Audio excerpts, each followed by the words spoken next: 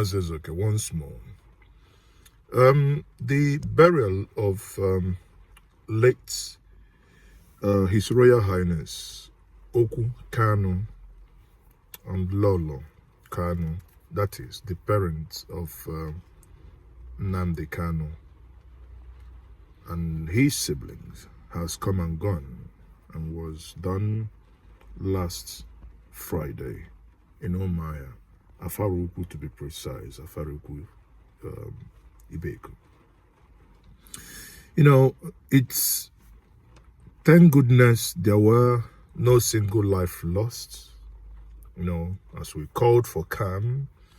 And thanks to IPOB for being gentle, and as gentle as you have remained, because what the people wanted to happen is that they will find a solution, you know, they will find a reason to say that IPOB caused trouble.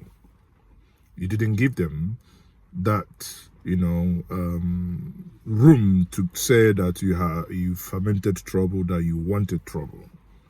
You know, thumbs up, IPOB, for making the event memorable, even when suddenly you were asked not to, you know, take part in that event. I mean, which was unnecessary, by the way, because many of you are Igbo, many of you, or all of us, are from the southeast and from the south. So it is our land. It is our monarch. We own it. He died. We have to mourn. So someone telling us to say clear is, I mean, it's provoking, but thank God we did not fall to what they planned for.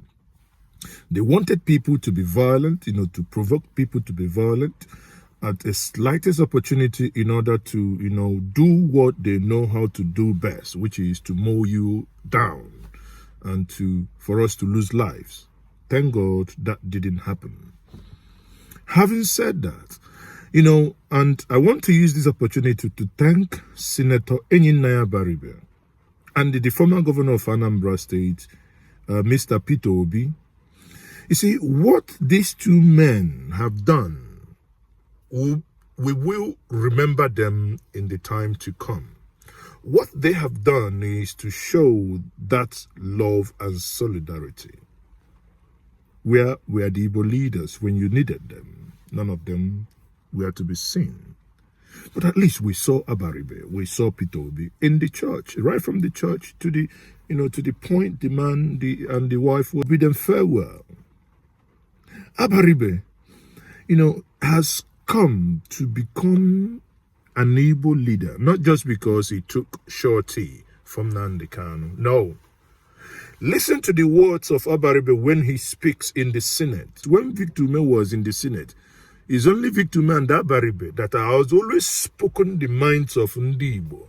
The things you and I can speak online, the things you and I can have a private conversation, these are men that I know personally. I have sent informations across to them via email and WhatsApp, and within a couple of days I will hear those concerns that I have raised in the floors of the Senate.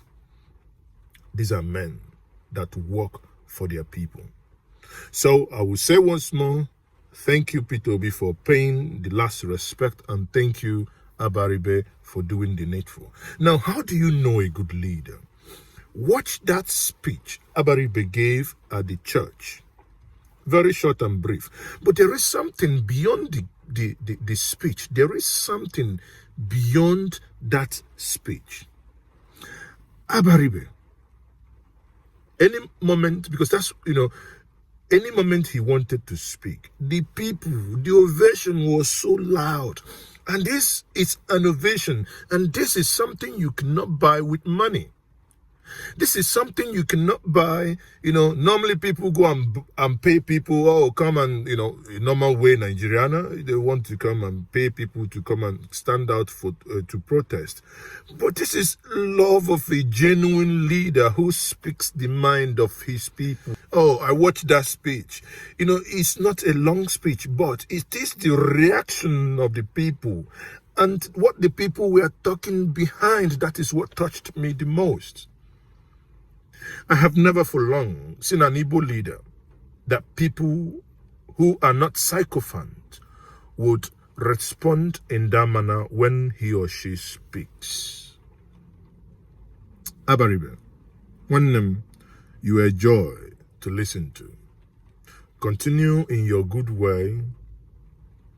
Our creator, the creator of Nnamdi, the creator of my ancestors, would always be with you.